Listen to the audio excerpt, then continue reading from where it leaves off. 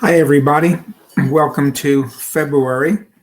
Trying something new here. Playing around with some backgrounds to see how it works this month.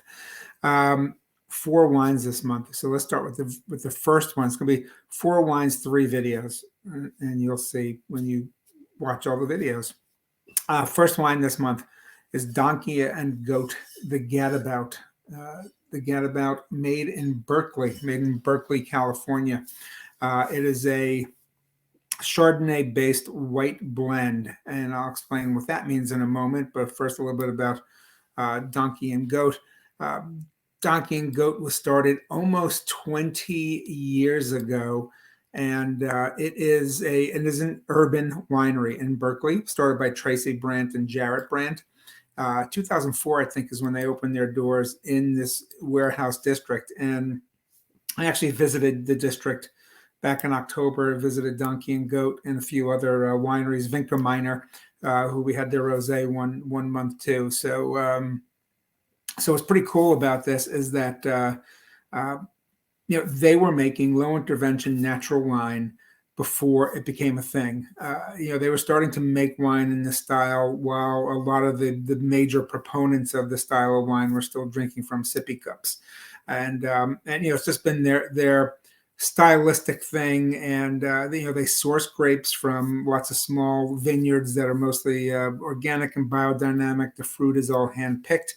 They don't make a whole lot of wine, but they make a number of different wines in this warehouse district, which is really a former kind of like manufacturing, really rundown area. If you looked at their website, Donkey and Goat, you'll see pictures from what that area looked like before they moved in and got involved. You'll basically see some of the stuff that some of what it really looked like. I mean, super rundown, super post-industrial, if you will. So this is called the Gadabout, and the Gadabout is an habitual pleasure seeker. So perhaps that is the mascot wine now for all you wine club members. And I said it was a Chardonnay-based blend. It's mostly Chardonnay. Also includes other, in this case, Rhone grapes, white grapes, Marsanne, Roussanne, Peakpoll, all grown from different sites. They're aged in different vessels. They're actually aged on the skins too. This is not a full-blown orange wine. That's a skin contact white wine, but it does have skin contact, so you're going to get more texture, more flavor in the wine from that. So it's going to have a little more oomph than a typical 12% Chardonnay, 12% alcohol Chardonnay would have. Let me see if I get, yeah, that's a better shot at the bottle. Donkey and Goat.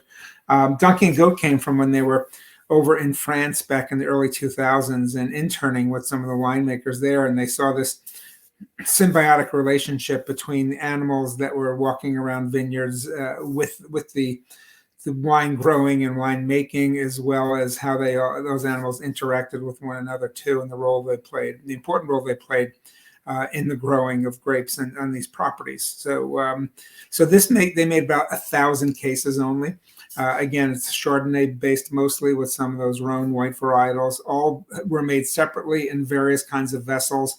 There is some oak here, but it is old oak, old barrels. So you're not going to get that really vanilla-y scent and flavor here. What you will get is a little more texture on the wine as well. So you're getting texture from the different ways that it's aged and then blended, and also texture from, I should say, fermented and aged. Fermented is a 2020 and aged, and also texture from the skin contact on the white grapes too. So it's a Chardonnay. It's from Jenny and Francois, one of the importers and distributors that it really specializes in these types of wines. Has a beautiful portfolio. We've had a number of wines from that portfolio in a couple of years. One of the reasons I chose them too is that one of my favorite wine reps, Alyssa Mancini, who lives down the shore and covers the state wonderfully for Jenny and Francois, is actually leaving the business after this month, I think. And I wanted to get one more wine of hers in, and also see if I can get her as a guest this month on the Zoom, just to talk about her experiences. I've always been really impressed with her her enthusiasm and her passion and knowledge base, and also selling from a portfolio that isn't an easy sell throughout the state of New Jersey. And she's actually leaving the wine business to because she also has a very successful photography business, and she's going to concentrate on that. But we're going to talk about some of the challenges of selling not easy to find wines in New Jersey. So that's wine number one, Donkey and Goat, the Gadabout. Again, that's our maybe our new club nickname, the Hank's Wine Club Gadabouts, habitual pleasure seekers, and hopefully you find some pleasure in this. What would I pair this with? It's a textural white, so I would use it with some chicken dishes, fish dishes, vegetable dishes. It's also, because it is made low intervention, here's a wine that I think might improve over a couple of days. So if you open it up, pour off a glass, stick it in the fridge, try it again the next day, or even the day after. If you're going to think you're going to polish it off all in one night, this is going to sound strange, but it really isn't. Decant it. Just give it a decant. It is unfiltered. There might be a little sort of sediment in there, but we're decanting it just to aerate it and to open it up a little bit more. So, and I think you'll find it to be interesting, very kind of a classic, old school Chardonnay-based wine. This at 12% alcohol, this is the way Chardonnays were made in California probably 30, 40 years ago. So there you have it. That's wine number one. And by the way, that's Donkey and the Goat's Urban Winery in the background there. And you can see the street and a little street festival going on there. It's a pretty cool region to visit. There you go.